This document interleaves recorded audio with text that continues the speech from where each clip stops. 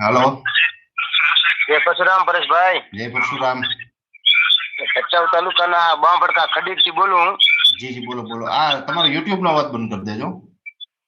અને હું એમ કેતો હતો પરેશભાઈ, હાજી, આપણે જે માવઠો થયો ને અત્યારે, હા, એનાથી ખેતર આમ બાધી ગયા. પેલા જીરો જે હતો ને આમ ગ્રોથ કરતો ને એવો કરતો, માવઠો થયા પછી જીરો થોડોક આમ દબાઈ ગયો એવો લાગે છે. તો હવે એને પાણી આપવું કે ના આપવું?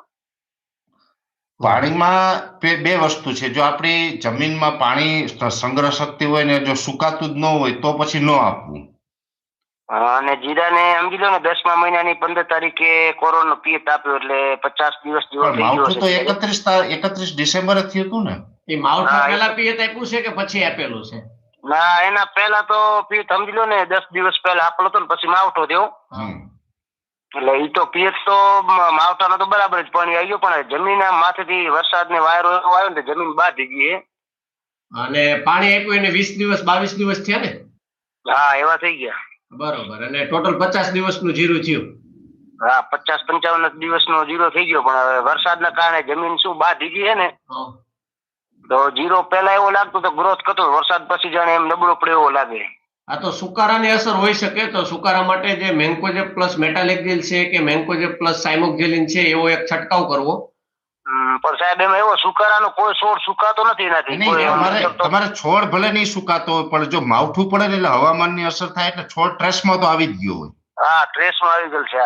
છોડ ટ્રેસમાં આવી જ ગયો હોય એટલે એ પ્રમાણે તમારે એની ટ્રીટમેન્ટ જે તે સમયે જ કરી નાખવાની જરૂર હતી. કે એક ફૂગનાશક અને એક મિક્સ માઇક્રોન્યુટ્રન્ટ બેનો છંટકાવ કરશો ને એટલે થોડુંક છે ને આ જીરું એ ગ્રીનરીમાં આવી જાય.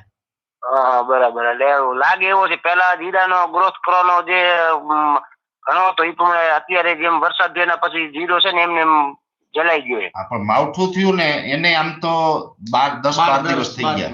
પણ પરેશભાઈ અમારે માવઠો ઘણો હતો, એ ક્યારા સમજી લો ને હજી અમુક જગ્યાએ નીલા છે.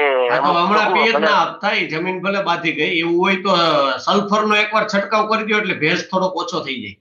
હા, એટલે શું જમીન હજી હમણાં 2 દિવસ ત્યાં સુકાણી છે, બાકી અમુક જગ્યા હજી નીલી છે. સવારના ભાગમાં તો નીલી થઈ જાય છે.